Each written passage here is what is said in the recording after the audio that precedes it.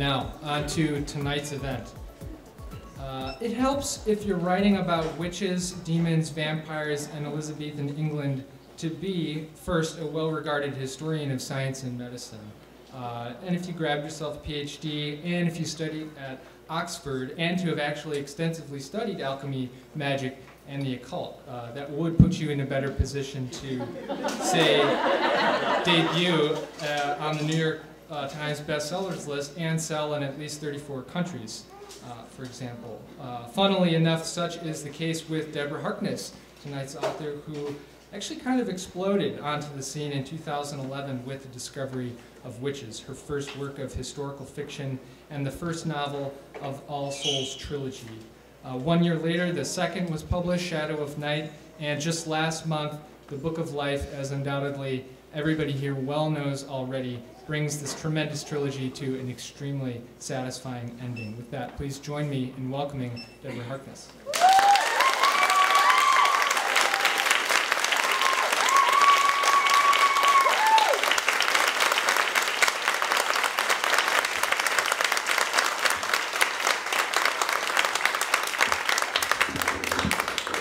I feel a little bit like Cotton Mather, Emily Mather's Puritan ancestor up here. I feel like I should actually be giving a bit of a sermon. Anyway, which happily I'm not going to do that. Thank you guys for coming out on this beautiful night when by all rights you should be sitting in your backyard with a glass of wine, watching the Blue Angels fly overhead, since it is this exciting weekend for Seattle. Nevertheless, we're very glad to see you here at the University Bookstore. I want to add my thanks to those of the store for coming out and supporting a local independent bookstore, because really, as all of the readers in the room know, this is really where the magic happens in your community. So thank you for helping to keep such places alive. So, we're going to start with a quiz. How many of you have finished the Book of Life? How many of you have read it twice? How many of you have read it more than twice? There you go. Wow. Be proud. Okay. Well, a lot of you have read it, but not everybody's hand went up. So I'm going to say now, and I'm going to remind you at the Q&A, no spoilers, just because we don't want to wreck anybody else's discovery of witches by revealing plot twists. And this includes things like naming characters who may or may not show up, or crystal ball gazing about their futures. If you do need to ask me a plot or character question for a Book of Life, you're going to see me up here, and if you ask in your inside voice, I will probably answer you. As long as you don't shout it from the rooftops, we'll be good. So without further ado, let's start talking about the book. Now, I should say, I said no spoilers, but of course this is a book reading, and it would be very difficult to get through it without actually reading from the book. So if you're a purist about spoilers, you might want to just go get yourself a cup of tea in the cafe, because I am going to be reading from the book tonight. As almost all of you know, the All Souls Trilogy is the story of three main characters. Diana Bishop, a reluctant witch and Yale historian who's tried very hard to keep magic out of her life because it's the family business and she sort of doesn't want to go into it. Matthew Clairmont, a geneticist and biologist who is a fellow of All Souls College in Oxford, and who just so happens to be 1,500 years old and is a vampire. And then the third main character is... Thank you for not saying Gallowglass. Yes, Gallowglass is not the third main character in this book.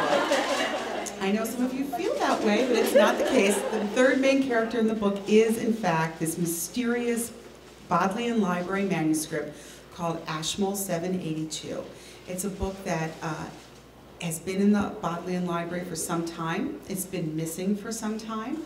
And it's one of those weird books that everybody wants it, even though nobody understands it.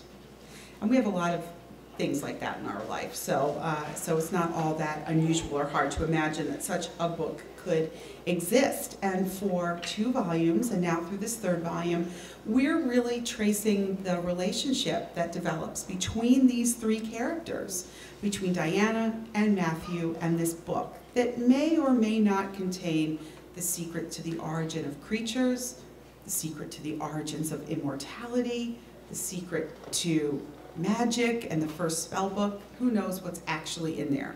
But it's Diana and Matthew's job in the Book of Life to find out what this volume contains. Because what they know is that their own lives are somehow connected to it.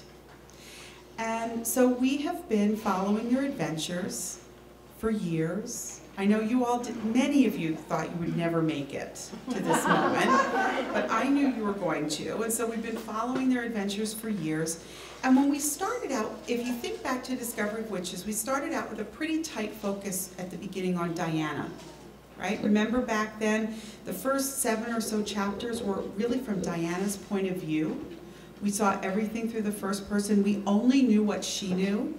And then very gradually, we would sometimes flip back and forth, and we'd see the world through Matthew's eyes, or and his relationship with his friends or his family. And as we did, we got to think that maybe Diana didn't know all that much about what was going on around her.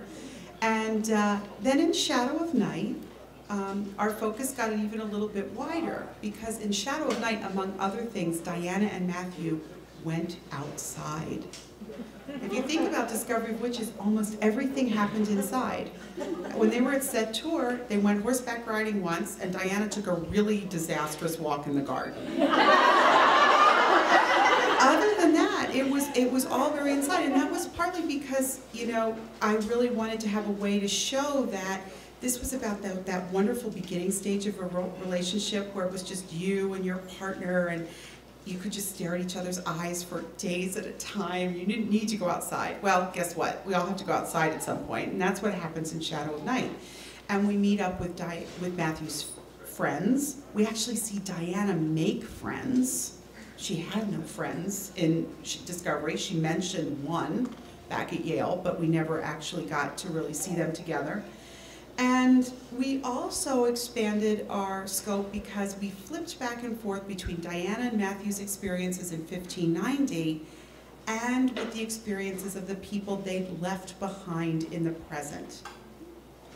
And those people who they left behind in the present have not had an easy time of it. Yeah, sure, Diana and Matthew have had their challenges, but the people who were left in the present have had their challenges too.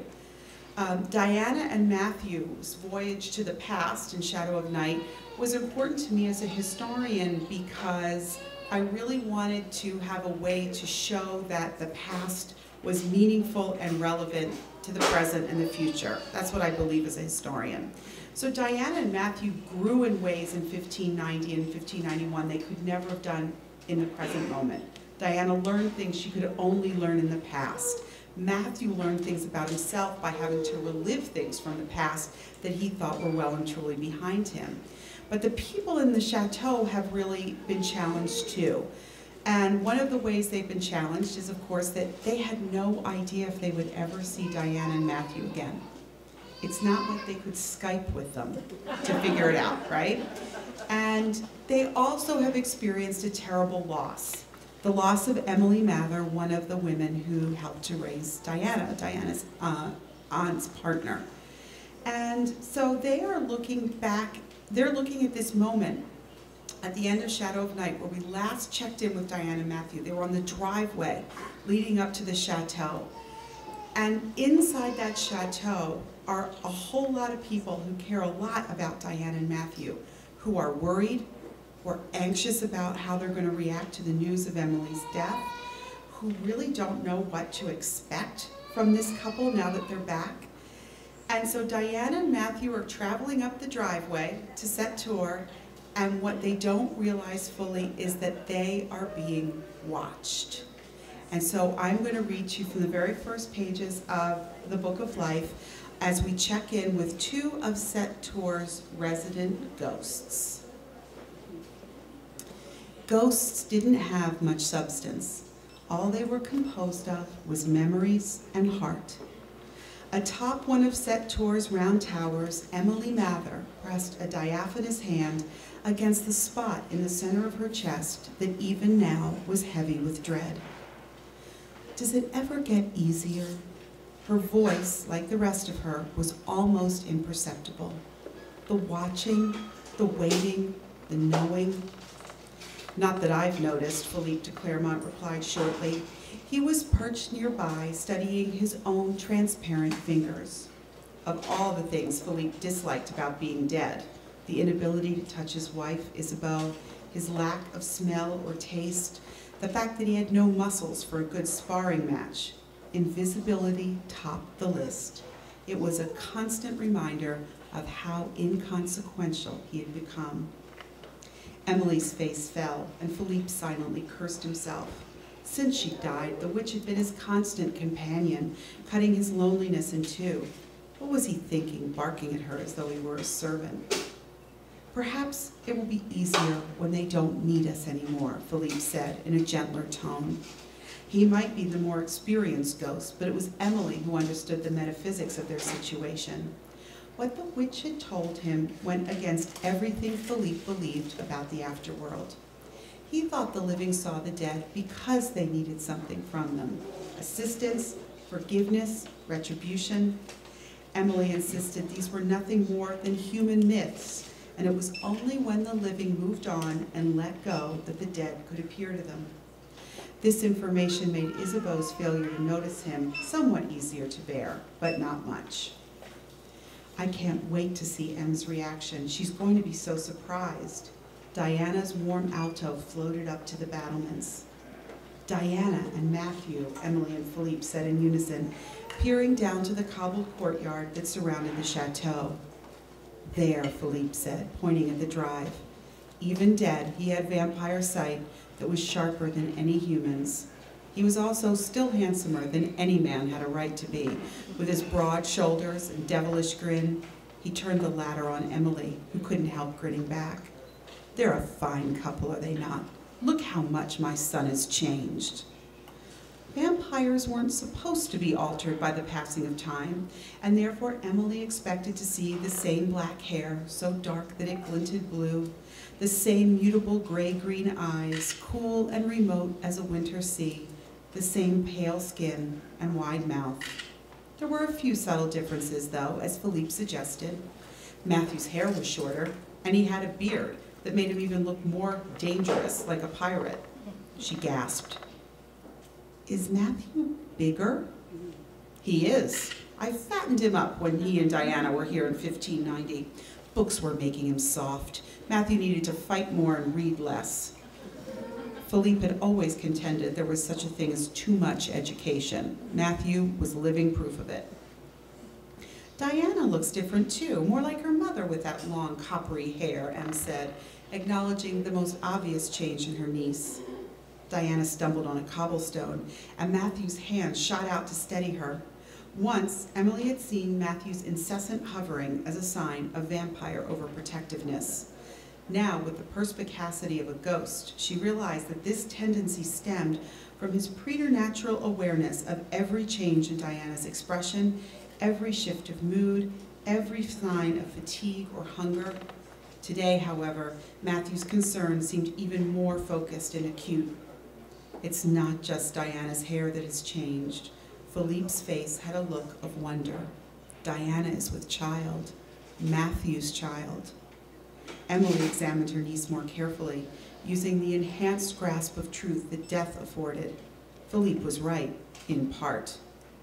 You mean with children, she said. Diana is having twins. Twins, Philippe said in an odd voice.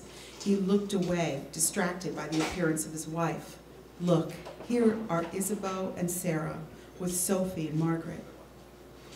What will happen now, Philippe? Emily asked, her heart growing heavier with anticipation. Endings, beginnings, Philippe said with deliberate vagueness. Change. Diana has never liked change, Emily said. That is because Diana is afraid of what she must become, Philippe replied.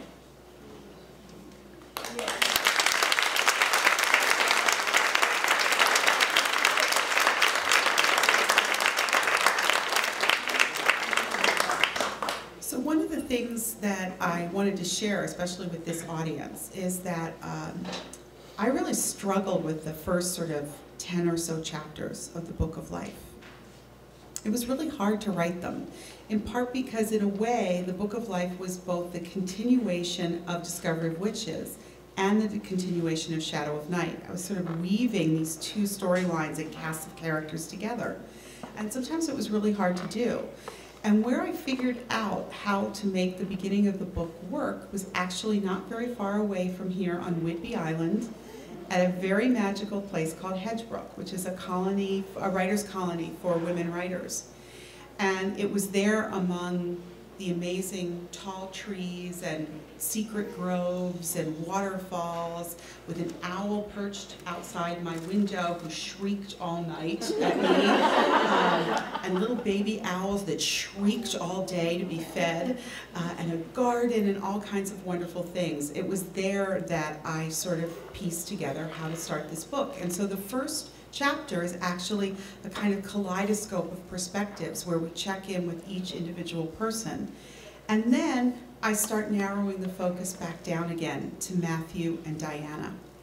And Diana is understandably quite shocked by the news of her aunt's death.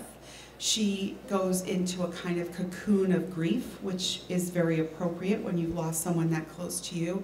And of course, Matthew's overprotective mode swings into high gear. So the second chapter, after visiting the chateau and getting to know everybody again through the eyes of those left behind, is through Matthew's perspective. And the second chapter takes place while Matthew is prowling around the chateau under dark of night, as vampires are wont to do since they don't need much sleep. And he is doing his own little checking back with people and getting a kind of fix on what's going on. And one of the people that he meets up with in chapter 2 is Gallowglass, his nephew. And it's a sort of interesting moment because, of course, Matthew has seen Gallowglass by his reckoning, having walked back from 1591 about a week and a half ago. Gallowglass has been waiting 400 plus years to see Diana and Matthew again. And so their first meeting is a sort of interesting one because, of course, in true vampire fashion, neither of them mentions this. They just sort of pick up as if there's nothing big going on. And that's where I'm going to read you the next little passage. It is from the very beginning of chapter 2, where we see Gallowglass and Matthew together for the first time.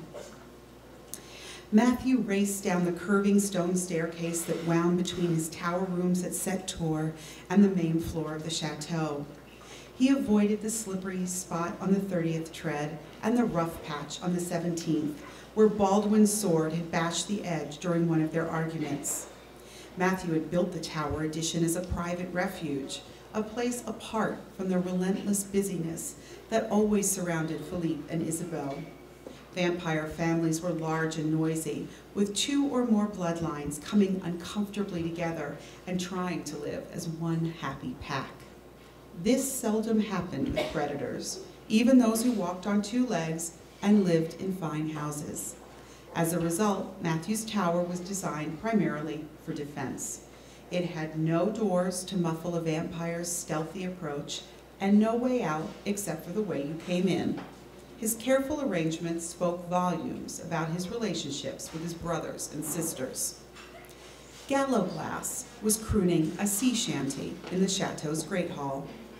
For reasons Matthew couldn't fathom, every other verse was punctuated by expletives and ultimatums. After a moment of indecision, Matthew's curiosity won out. Bloody fire drake.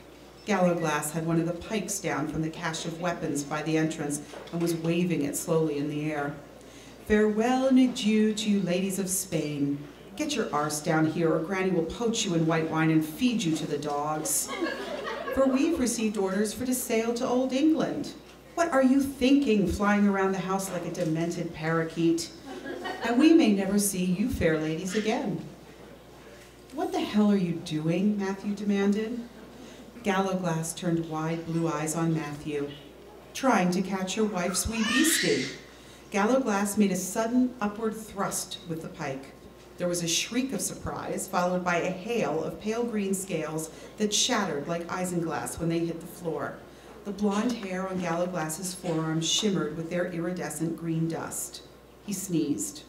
Cora, Diana's fire drake familiar, was clinging to the minstrel's gallery with her talons, chattering madly and clacking her tongue.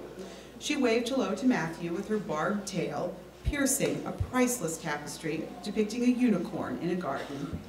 Matthew winced. I had her cornered in the chapel up by the altar, but Cora is a cunning lass, Gallowglass said with a touch of pride. She was hiding atop Granddad's tomb, her wings spread wide. I mistook her for an effigy. Now, look at her, up in the rafters, vainglorious as the devil and twice as much trouble. Why, she's put her tail through one of Isabeau's favorite draperies. Granny is going to have a stroke. If Cora is anything like her mistress, cornering her will not end well, Matthew said mildly. Try reasoning with her instead. Oh, aye, that works very well with Auntie Diana, Gallowglass sniffed. Whatever possessed you to let Cora out of your sight? The more active the fire drake is, the calmer Diana seems, Matthew said. Perhaps, but Cora is hell on the decor. She broke one of Granny's Sevres vases this afternoon. Oh, so long as it wasn't one of the blue ones with the lion heads that Philippe gave her, I shouldn't worry. Matthew groaned when he saw Gallowglass's expression. Merde. That was a Len's response too, Gallowglass said, leaning on his pike. Isabeau will have to make do with one less piece of pottery, Matthew said. Cora may be a nuisance, but Diana is sleeping soundly for the first time since we came home. Oh, well, that's all right then. Just tell Isabeau that Cora's clumsiness is good for the grandbabies. Granny will hand over her vases as sacrificial offerings. Meanwhile, I'll try to keep the flying termagant entertained so Auntie can sleep. How are you going to do that? Matthew asked with skepticism. Sing to her, of course. Gallowglass looked up. Cora cooed at his renewed attention, stretching her wings a bit farther so they caught the light from the torches stuck into brackets along the walls. Taking this as an encouraging sign, Gallowglass drew a deep breath and began another booming ballad. My head turns round, I'm in a flame, I love like any dragon. Say, would you know my mistress's name? Cora clacked her teeth in approval. Gallowglass grinned and began to move the pike like a metronome. He waggled his eyebrows at Matthew before singing his next lines. I sent her trinkets without end, gems, pearls to make her civil, till having nothing more to send, I sent her to the devil.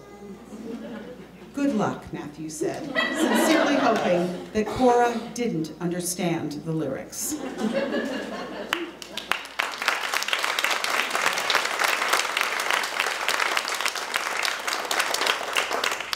So there are some bumps and missteps and hiccups in the re-entry of Diana and Matthew.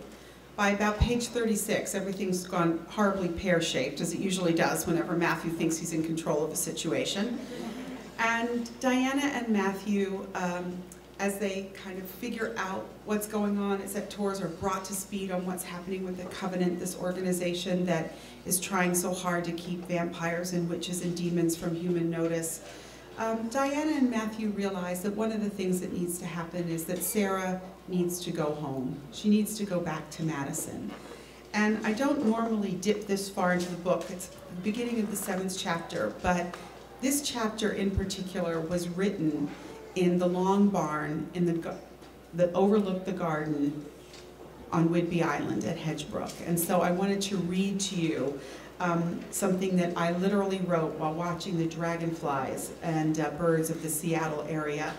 And again, we saw a lot of the inside of the Bishop House in Discovery of Witches, but we didn't see much about sort of, you know, into the darker corners. We saw sort of 3 rooms. And in this book, we really sort of explore that house a little bit more.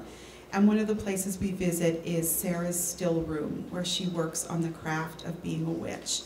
So I just wanted to read this part to you, which shows us a little bit about the fact that Diana is really not the same witch that she was when she left, and it's one of the things that takes her friends and family by surprise.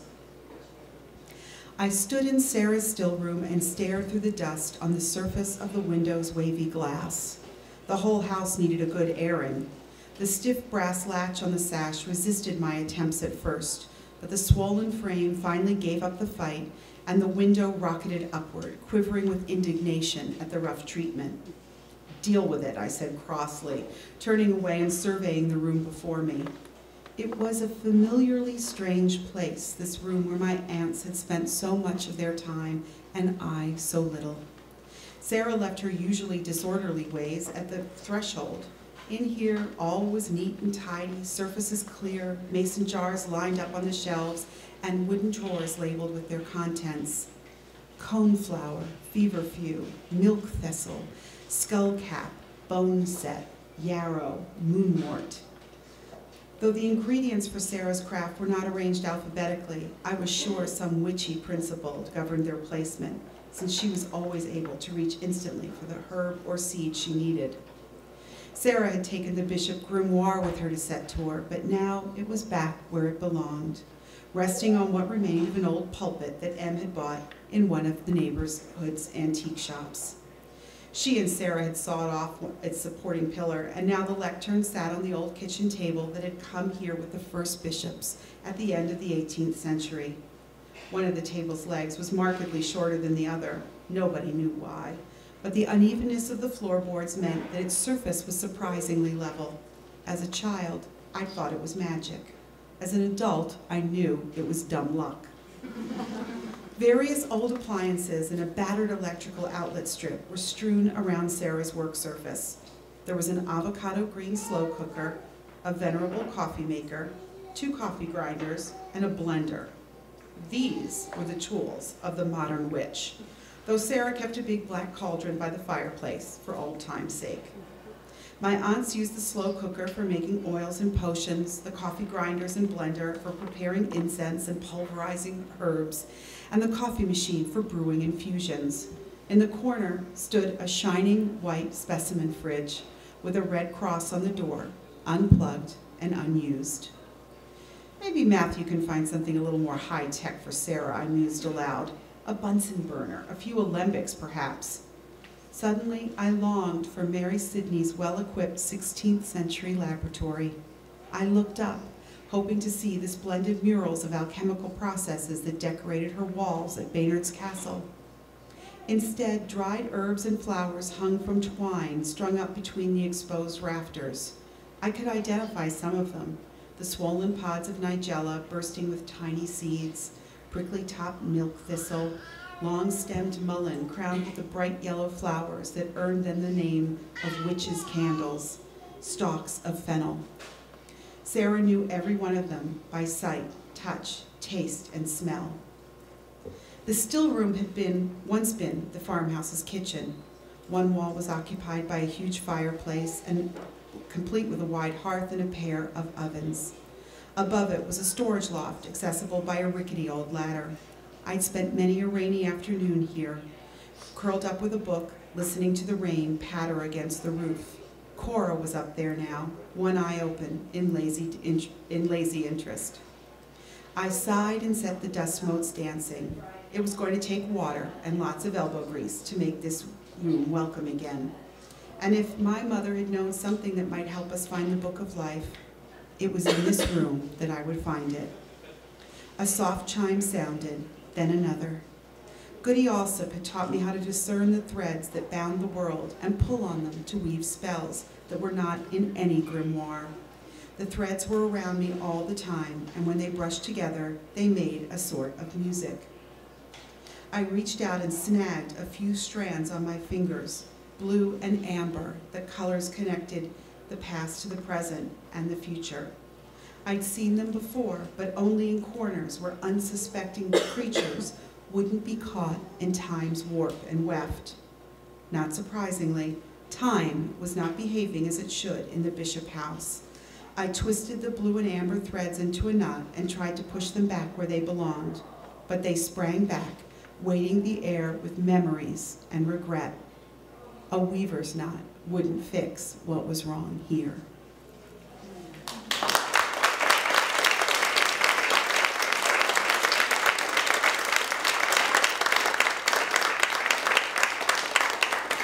So now that the trilogy is over, everybody wants to know, what is this book series about? And I always think, okay, where do I start? How long have you got? Because of course the book is about a lot of things. It's about the power that can only come when you look yourself in the eye, in the mirror, and accept who you are and own it.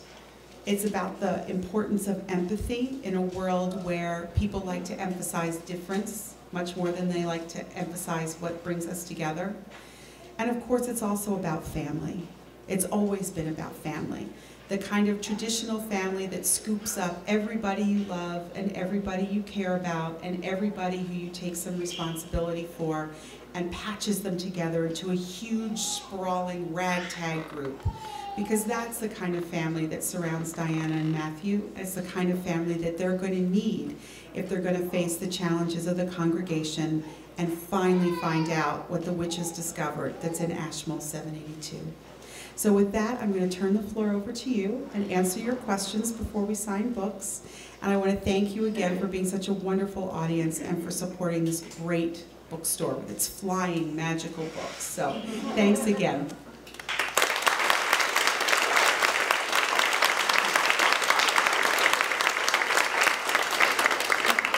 So a reminder, no spoilers, no crystal ball gazing about characters' futures, no name dropping of characters who surprised you in the Book of Life if you've finished it. So, with that, all those rules, who has a question for the professor? Lady in the hat. Hello, how much of you is in Diana? So the question is, how much of me is in Diana? So everybody likes to think that I'm Diana Bishop, but I'm really not. Diana and I share some activities in common. We're both historians, we both ride, we both row. We both like toast. But I actually share things with all of the characters. So Matthew has my love of wine, Marcus has my love of sports cars, Miriam is sort of represents what I always want to say in situations, but I work on my people skills, so I don't. So everybody, Emily Mather is actually probably the character who is most temperamentally like me, in a way. So oddly enough, you know, Diana is really based on my female students, on the students who I have who are so brilliant and so talented, and when they're 18 to 21 can be a little afraid of all that strength and power. So she's really more like a kind of a patchwork of them than she is of me. Yeah, she's a lot more brave than I am, for one thing. Other questions? Lady here in the black. Just thank you for the series. It's wonderful. And great to see you here too. Maybe a little bit early to ask, but what's next? So the question is, what's next? So what's next is about 5 countries after America, and then the winter holidays, then I'm going to teach spring semester, then I'm going to go on tour for the paperback, and then I'm going to start thinking about what I want to do next. So I'm going to take a little bit of a rest, to be honest with you, but what I do know, this is what I can tell you for sure, I have lots of stories to share with you. Lots and lots and lots of them.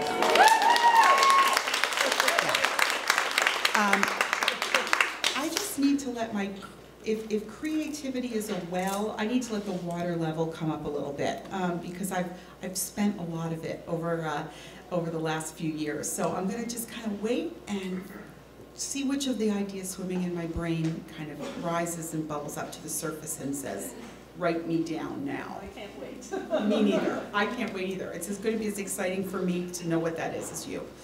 Other questions? In the red, in the back, yeah. I was totally spellbound, like I'm sure everyone else, by your books, and I've always wondered the books that have really drawn me. I wondered if the authors themselves were as obsessed with the characters and getting them down on the page as I felt reading it. So I was wondering if that was your So the question question is, was I in the grip of the characters as much as some of you were in the grip of the characters as you were reading? And the answer is absolutely. You know, these characters have been my constant companions since 2008. So, you know, they're with me all the time. So I will go to the grocery store and think, oh, you know, Em would love that, whatever it is. Or I will be driving on the freeway and think, you know, so-and-so would be totally annoyed at that person's behavior. So they were kind of constantly with me. And, you know, I think if an author doesn't feel that kind of visceral relationship with their characters, you won't. And so, you know, I cried at probably all the places you cried, and I laughed in all the places you laughed, and if I hadn't, probably you wouldn't have. So yeah, so right now, also like I feel very kind of, my brain feels a little empty because it's been filled with all of these characters, and they're all kind of a little quiet right now, like they're resting too. So yeah, great question. Other questions? Here in the blue with the hat, yeah. Yep. Has there been talks to make it into either a TV series or a movie? So have there been talks about translating the books onto a screen, large or small? Yes. So the trilogy was actually optioned by Warner Brothers in the spring of 2011, and that was right after Discovery was published. So they bought a trilogy that actually didn't exist, only a third of it did.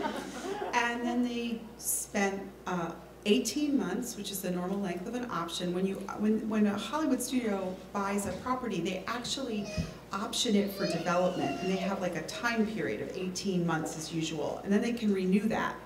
And in the case of Warner Brothers, they put a great screenwriter on it, they attached producers to it, they spent 18 months and a lot of time and energy on it, and at the end of that 18 months, it was really clear that we didn't really have it sorted out. And I guess what we did was we had a conscious uncoupling, I guess we're calling it now. We had a very amicable breakup in which we just realized it was just time to part ways. There was no real reason to kind of mark time for another 18 months. So I own the trilogy again. It reverted back to me, and I was working on the Book of Life, and I didn't really want to think about making a movie. And so I said, I just don't want to talk about this, and I have just recently begun conversations again with other interested parties. And so, to be continued, as they say in the movie biz. And hopefully, you know, in not too long of a time, I'll be able to share a new plan with you, and we'll see where that goes. Good question. Question, yes, here. I was wondering, do you find it more difficult to be an author or a professor? Do I find it more difficult to be an author or professor? You know what I find most difficult? And this is going to sound a little weird. I find it most difficult to be a writer, which is different than being an author. Being a writer is where my two worlds kind of intersect, because I write as a professor and I write as a fiction author. This is being an author, when I come out and I talk to you all, and that's actually very like my job as a professor, because it's basically just a really big classroom. And I show up, and miraculously, you've all done the reading. So that's where it's different. And so, but it's like you show up in a room, miraculously you've done the reading, I say a few words, you ask a few questions, we part. And so being an author and being a professor teaching are both things I love to do. Being a writer of any sort is just really hard. There are moments of soaring, amazing joy, and there are moments where you just think you're never going to get through this with any hair left in your head, because you're going to tear it all out along the way. And so this is the moment where it all pays off, because I get to share it all with you, and it's really exciting, but there's some dark days before that actually happens, as well as some good days. So great question. Yes, ma'am, right here in the front. Have you ever thought about maybe doing like an illustrated version of your books? Because like, to give you an example, Dan Brown did his books and then he published the hardback illustrated versions, which are the only ones that I will buy because I'm a very visual person. And I am on your Facebook page, and when you post this is what, you know, my idea was when I was talking about this place or this, you know, specific point in time, and it's like, oh, you know. Right, right.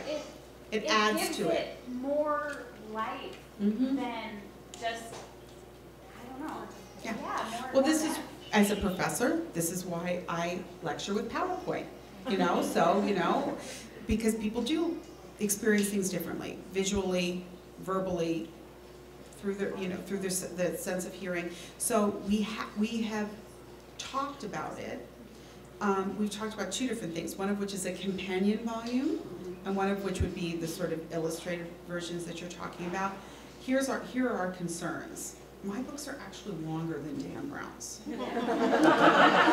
So imagine the size of an illustrated single volume, number one. It would be quite expensive just on that ground. Number two, it would be a copyright nightmare because all of those images would have to be permissioned and bought. So there's even more expense. And so we were kind of looking at something that might very well cost $125 retail, and we thought, okay, let's have a think again about this. You know, so we are definitely aware of these sorts of issues and trying to figure out a solution to them, but honestly, it may be that the best way to do it is kind of the way we're doing it, which is online. So, you know, which is again sort of my virtual classroom with all of you guys. So. Don't mess with the words. Right, exactly. Lady here with the hat, yeah. If a student was to plan a trip to any library in the world, which one would you send me to? One that you could get into without any problems? Yeah. What's the question? And you want to actually look at books? I want to be able to touch them and smell them. Okay. So here is the question. If the question is if, as a student, which library of any of the libraries in the world would I send her to where she could actually get in without trouble and actually touch the books? And I'll tell you, it's whichever public university library is closest to you that has a rare book room. Because the reality is, as a member of the state of Washington, you have, you know, part ownership of your public university system's libraries. And there will be a rare book room in there. And you will be able to go in and say to the rare book librarian, I have read these books called the Souls Trilogy, and they have rare books in them. And can you please pull out a 16th century book and let me see it and touch it and tell me how to use it? And they usually will do it. You will not get into the Bodleian. You will not get into the Vatican. You will not get into any of those libraries. So start with actually the riches right around you. Call around to a couple places and see if you can make an appointment with a rare books librarian. Ask to see a Discovery of Witches if they have it, which is a 17th century book, and go from there. Have fun. Yes, ma'am. Have you been into the Bodleian? Yes. Have I been into the Bodleian? Oh, yes. Yes, so I was a student in a study abroad program in 1985 where I started my life of scholarship at the Bodleian Library at the ripe old age of about 20.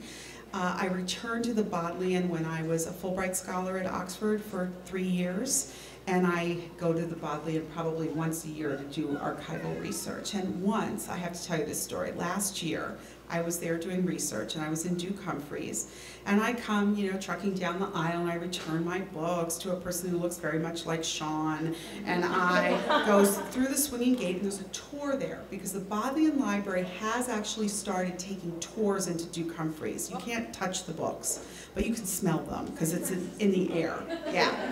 And I walked out and there were two women on this tour and they both went,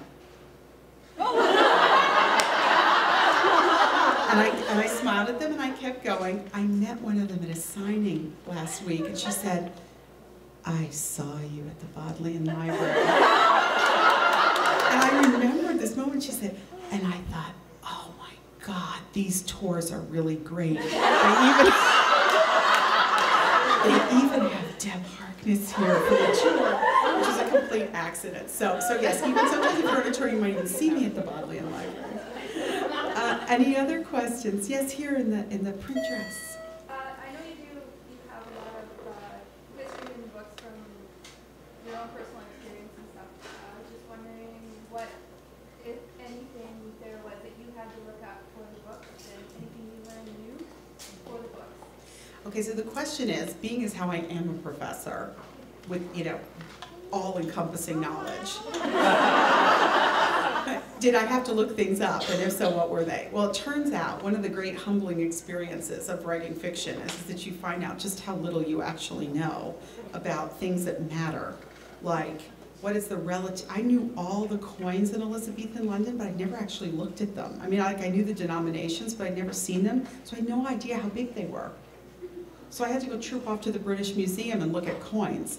And I had no idea what the velocity of a horse would be in November on a road that stretched from Oxford to somewhere in central France.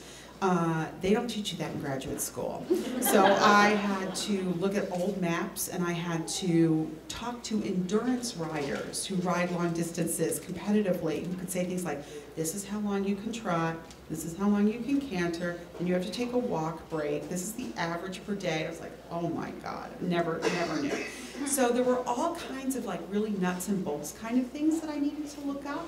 And I also needed to sort of fact check, because some of the things that I recall, especially about the Middle Ages, which is not my area of expertise, or more modern times, not my area of expertise, I'm recalling from sort of like really distant memory storage in my brain. And I always sort of had to check and make sure that I had that right, either by talking to a colleague who was an expert in that field, or doing some brush up research for it. So yeah, great question. Yes, with the purple dress, white sweater. Yes, that's you. What drew you to writing it? I mean, thank you for writing it. You're welcome. But what drew you to bring your history with it and your academic? So what drew me to write this project, or sort of what was the trigger moment? Yes. The trigger moment was a family vacation to Puerto Vallarta in the fall of 2008. I know, really. And I walked through the airport bookstore, and I had just finished an academic book the year before, which is shorthand and academic speak for I hadn't gotten out very much in the previous 3 years. And I walked across this airport bookstore, and there was this wall, and it was covered in books about supernatural creatures. Witches, demons, elves, werewolves, shapeshifters, fallen angels, gnomes. God only knew what was on that wall. And I looked at this wall and I thought, what happened while I was in the library? And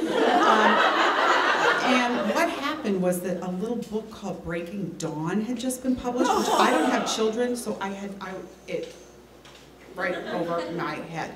And so I was fascinated by this wall, because that represented a kind of taste in reading that my research subjects in the 16th century would have had. But we don't normally think of ourselves as having much in common with them, in part because we think modern science, makes all that kind of stuff a little silly. Whereas my research subjects thought the natural and the supernatural coexisted. And I couldn't stop thinking about that wall. Because that wall, it looked like everybody was getting a lot of great romantic action.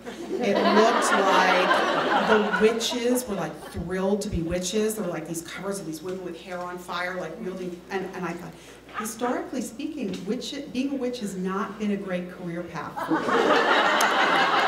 And I couldn't stop thinking about that. And so I started thinking in very pragmatic, history of science kind of terms, how could it possibly be true in our modern world, with our science, how could it possibly be true that these creatures existed? What if my research subjects were right, and they really exist? What would they do for a living? How would they date? Where would they live? What would they tell their neighbors? What lies would they have to tell? And that's what got me started. It was a thought experiment at first, so. Yes, ma'am, here in the sort of green, yes. Why did you just choose witches, vampires, demons? Why did I therefore, after being confronted with the wall of creatures, just go for witches, demons, and vampires? I think I discarded a lot of them on the sheer implausibility grounds. And so this is why I have this constant refrain in my book about them all being really annoyed that humans think they're werewolves. I just I couldn't make that square with anything that seemed to me to work in the world as we know it. Whereas I could, if I stripped away a lot of stuff, I could make vampires work, I could make demons work, I could make witches work. And in some ways, all of those creatures were kind of rehabilitation projects in a way, because I wanted to strip away the kind of monster myths that I wanted to argue humans had piled on them, and kind of get back to what their true essences were. And so those were the three that I picked. I guess I could have picked others, but those were the ones that sort of worked and all fit together. So great question. The lady with the lovely child. I cannot wait to get a squeeze of this child later, by the way. Really good. Oh, good. I was wondering, when you started writing the trilogy, did you know where it was going to end up? Or, I know some authors, they have an idea and they just start writing, and they just go with the character, go with the flow. They don't know what's going to happen until they write it down. Some have a certain, this is going to happen, I just need to figure out how to get there, and then this is going to happen, I need to figure out how to get there. Did you have, what was your process? Did you know where it was going to end up, or did you just kind of? So for those of you who didn't hear, did I have a good sense of the story, or was it sort of the thing where I was just flying by the seat of my pants most of the time? And the answer is that I did have a sense of where I wanted to start, what the middle bit was about, namely this kind of how the past could teach them things that they needed to know, and then where we ended up at the end. What I didn't know was how to get from point A to point B all the time, and that turned out to be a really good balance for me personally as a writer, because I had a structure, but there was also a kind of organic quality to it, and that was really good, because some of the most wonderful things that happened in the trilogy I had no plan of happening.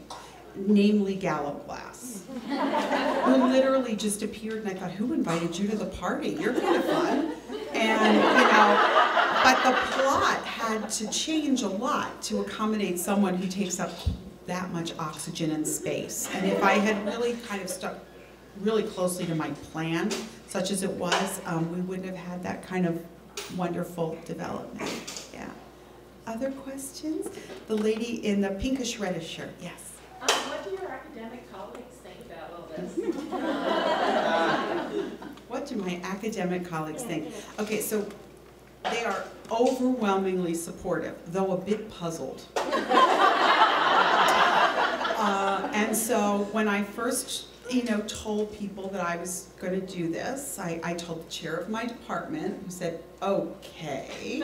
And I told my very close colleagues, who also said, okay. And one of them said, but you're doing this under another name, right?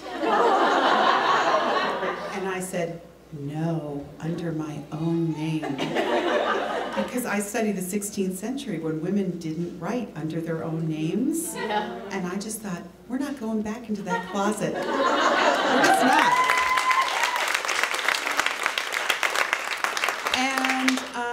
And so there was that, and then my graduate students were a little perplexed, and I still remember breaking the news to them, the professor, that their professor had gone off and written a vampire novel, and I told no one that I had done this until the book sold, and it was only when it appeared on the internet that I thought, I guess I better tell somebody about this. So I told my graduate students.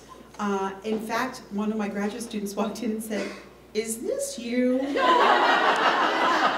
I told them, and one of them said, good evening, shoppers. Thank you for shopping. The store is now closed. Please bring your final selections to the registers. We look forward to serving you again tomorrow, beginning at 10 a.m. Thank you, and have a good evening. Okay, that's not what my graduate students said. Yes, exactly. My graduate student said, aren't you afraid no one's ever going to take you seriously again?